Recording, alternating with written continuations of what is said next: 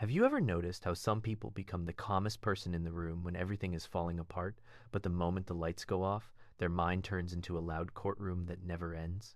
In the day, they are steady. They speak clearly. They make decisions. They even comfort everyone else. Then at night, they replay every sentence, every choice, every possible future, like their brain is trying to prevent a disaster that already passed. If that sounds like you, this is not a flaw. It is a pattern, a very specific psychology pattern, and once you see it, you cannot unsee it. Let us decode the psychology of people who stay calm in crisis but overthink at night. First, picture this. A sudden emergency happens. Someone panics. Voices rise. Phones shake in hands. And you, somehow, become quiet, almost cold. You move. You act. You solve. Later, you get home. You lie down. The quiet arrives. And suddenly, your chest feels busy. Your brain opens 20 tabs. You remember the look on someone's face. You wonder if you sounded rude. You imagine worse outcomes. You build arguments you will never say out loud. Here are the reasons why this happens. 1. Your nervous system is trained for action, not rest. In a crisis, your body has one job: survive. The sympathetic nervous system floods you with stress hormones that sharpen attention and narrow focus. You stop thinking about feelings. You start thinking about steps. This is why you can stay calm. Not because you feel nothing, but because your body switches into performance mode. Psychologists sometimes call this state functional dissociation. You detach just enough to function. You become a problem solver, not a person with a soft interior. But the nervous system has a bill, and it collects at night. When the crisis ends, your body finally has space to feel what it postponed. The parasympathetic system tries to bring you down, but your brain is still scanning for threats, so the tension leaks into thoughts. This is why your overthinking feels like it starts from nowhere. It is not nowhere. It is delayed stress. You were calm in the moment because your body stored the fear. At night, your mind opens the storage room. 2. You have high emotional intelligence, but you turn it inward. People who stay calm in chaos often read the room fast. They notice tone shifts. They sense who is unstable. They predict reactions. That is emotional intelligence. In a crisis, this ability is a superpower. You adjust your voice. You choose the right words. You keep others grounded. But at night, that same skill can turn into hyper-analysis. You replay the moment because you are good at pattern recognition. Your brain is trying to learn. It asks, what did I miss? What did they feel? What did I signal? What should I have done? This is not just worry. It is post-event processing, a common loop in people who are socially aware. It is like your brain becomes a detective, but there is no final answer, so it keeps searching. And there is a bias here, the negativity bias. Your mind remembers the one awkward sentence more than the 10 helpful ones. It zooms in on the one moment someone frowned, even if they were grateful 5 minutes later. So you go to bed with a highlight reel of mistakes that were never as big as your brain claims. 3. You are used to being the stable one, so you do not release pressure in public. Many calm and crisis people grew up in environments where emotions had consequences. Maybe chaos happened at home. Maybe someone else was unpredictable. Maybe you learned that staying composed kept you safe. This creates a role, the stable one, the responsible one, the one who handles it. In psychology, this links to parentification and to anxious responsibility. When you spend years managing other people's emotional weather, you become calm during storms because storms feel familiar. But here is the twist. If you are always the stable one, you rarely let yourself melt down when others can see it. You push it down, you smile, you say you are fine, you even make jokes. So where does the pressure go? It goes into nighttime. Because nighttime is private. There is no audience. No one needs you. Your guard drops, and the emotions you avoided start tapping on the door. Overthinking is often the mind's way of crying without tears.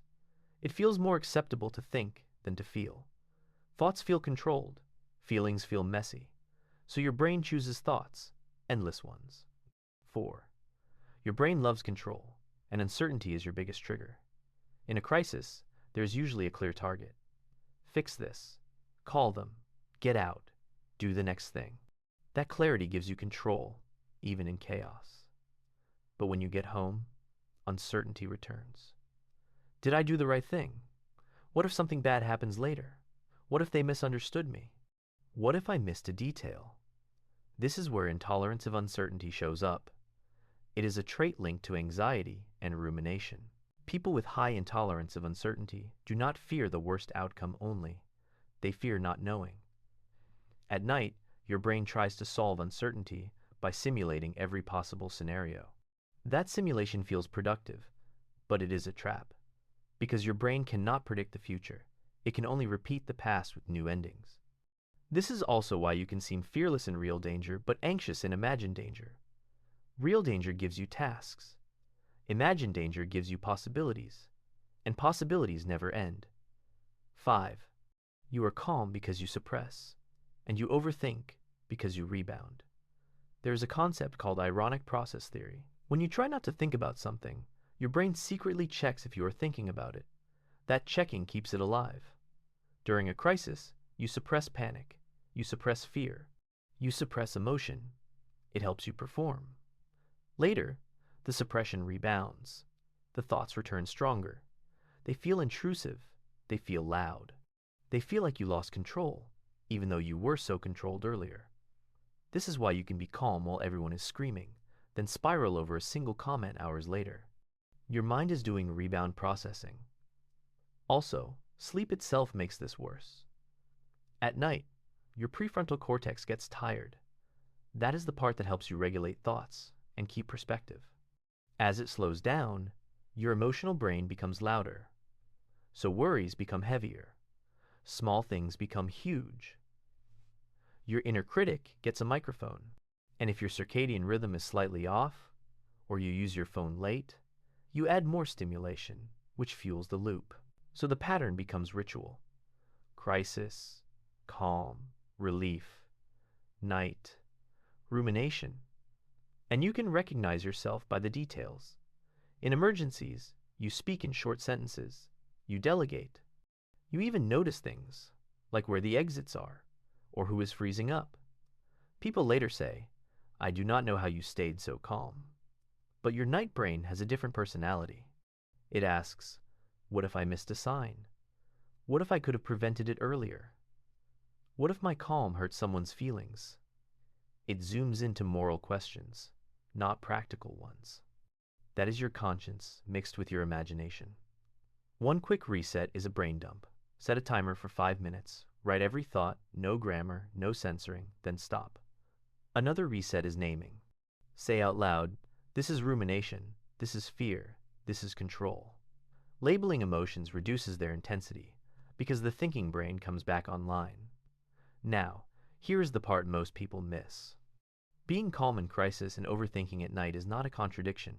It is a trait. You are calm because you delay emotion. You overthink because your emotion demands attention later. So, what can you do with this without turning into a different person? First, stop calling it weakness.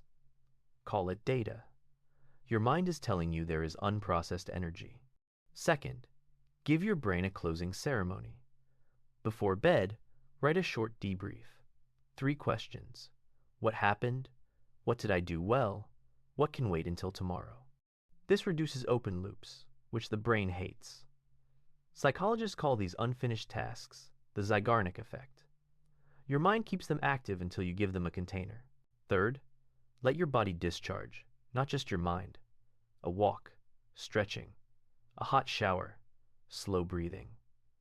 Anything that tells your nervous system the danger is over. Because overthinking is often a body that never got the message. Fourth, practice self-permission.